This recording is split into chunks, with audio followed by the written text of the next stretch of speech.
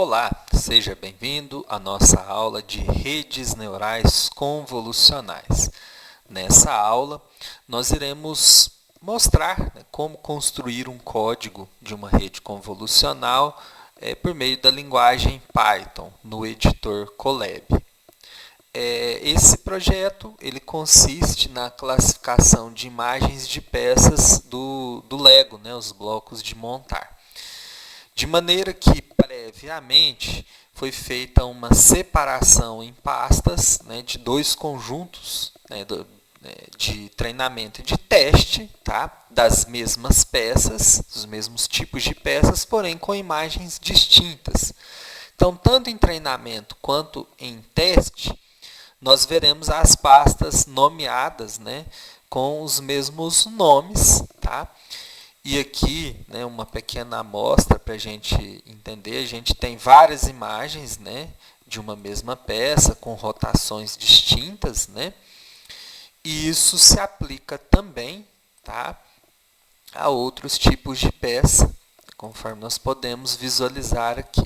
Então, o objetivo é que a rede convolucional ela consiga fazer a classificação correta dessas peças de Lego.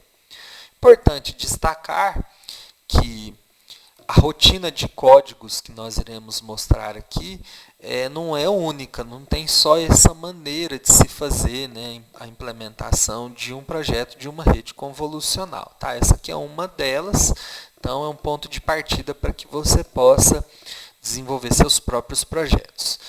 Como o treinamento de redes convolucionais ele demanda tempo, demanda um bom processamento computacional, então esse projeto já foi executado, então eu vou comentar os comandos e vou mostrar já os resultados. O primeiro passo é fazer a instalação tanto do Keras quanto do TensorFlow. Então, quando a gente faz aqui no Colab, a gente observa essas mensagens aqui. Tá? Depois nós fazemos a importação da biblioteca Pandas e nós inserimos aqui uma rotina de comandos para que a gente consiga acessar o Drive, vai permitir que a gente, o modelo, ele faça o treinamento a partir dos dados das pastas no Drive que eu mostrei para vocês agora há pouco. Então, quando a gente executa, a gente obtém esse resultado.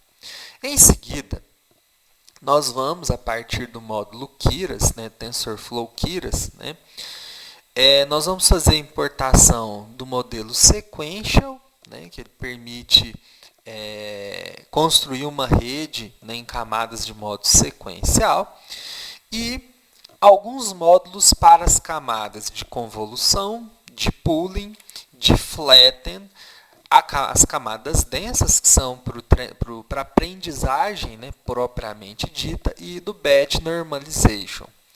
Também faremos o uso do módulo Image Data Generator, que faz a geração artificial de imagens a partir de imagens verdadeiras, com o intuito de melhorar a performance do modelo. Também fazemos a importação do módulo OS, que é para acesso a diretórios de pastas. Bom, o primeiro passo é criar o classificador usando a opção Sequential, e em seguida nós faremos a construção das camadas de convolução e de pooling. Tá? E aí, para isso, a gente utiliza o Edge, o Conv2D. Aqui nós estamos trabalhando com 32 filtros diferentes a rede o algoritmo vai estar avaliando a performance, com tamanho 3x3. Tá? E estamos fazendo, tem essa opção de você padronizar o tamanho da imagem, tá?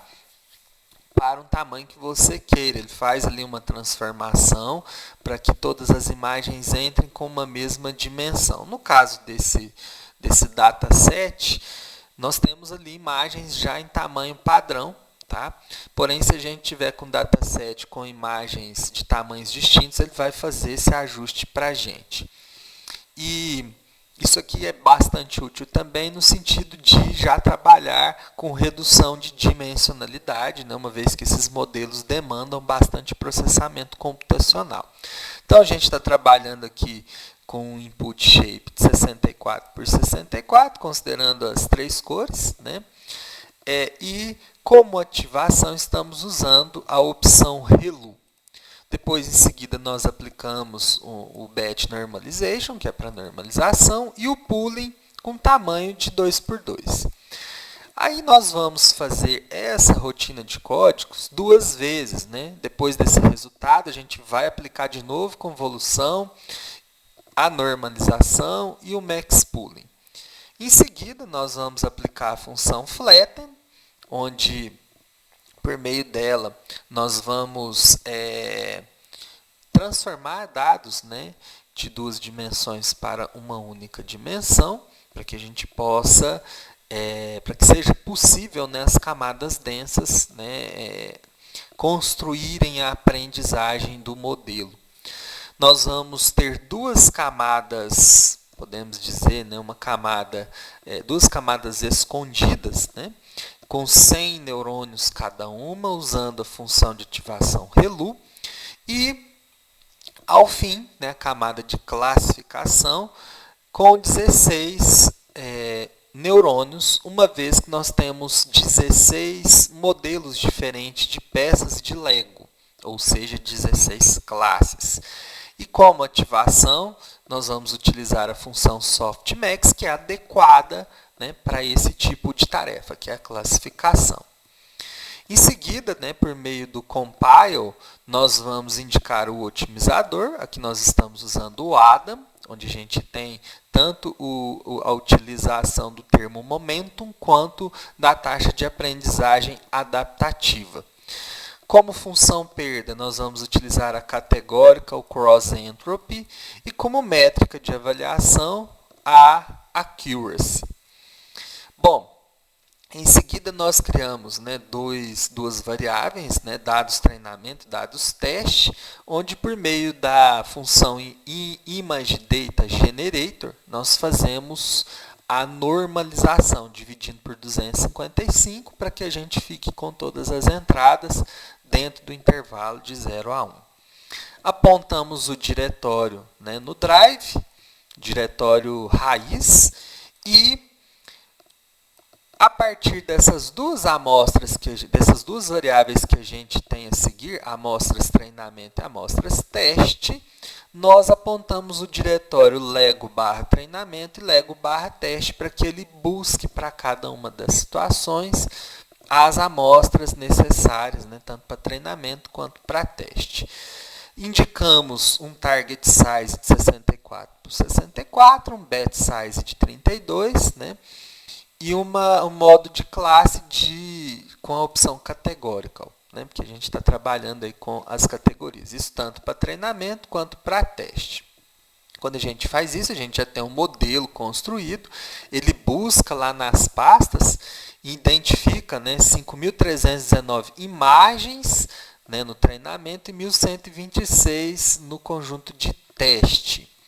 E aí a gente pode criar vamos dizer assim, né, o treinamento, executar o treinamento usando a opção fit, né, onde nós colocamos a amostra de treinamento, os passos por época, no caso a gente vai indicar 100, as épocas, no caso nós vamos indicar 10, né, e no Validation Data, né, as amostras de teste com 25 passos, né, para essa opção. Bom, e aí a gente executa o treinamento, eu já vou mostrar o resultado dele, né? Em cada linha a gente tem a acurácia do conjunto de treinamento, o erro, né, ou a loss do conjunto de treinamento, a acurácia do conjunto de validação e o erro do conjunto de validação. Então, nós podemos observar, né, que a gente já começa com uma taxa alta, né, de acurácia para treinamento, ela sobe, chegando em até 95%, enquanto que o erro vai caindo, né, de 0,77, ele chega lá na casa de 0,11, né? Enquanto que a validação começa bem baixa, a acurácia, né, menos de 10%, e chega ao fim a 87%, e o erro, né, da validação também cai, né? Começa bem alto, lá em 3,19 e chega ali na casa do 0,30. Tá? Nós podemos observar aqui que ao longo dessas 10 épocas houve uma situação de overfitting, né?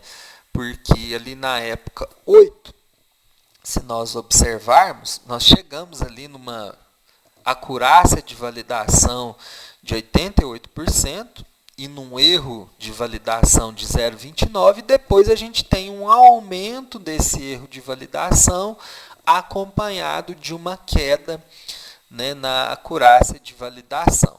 Né? Daí para frente, se a gente tivesse estabelecido uma quantidade de épocas maior que 10, a gente veria, né, essa validação da acurácia oscilando aí em torno dos 86%, 87%, e a loss, né, talvez aumentando ou se estabilizando aí nessa faixa. Tá?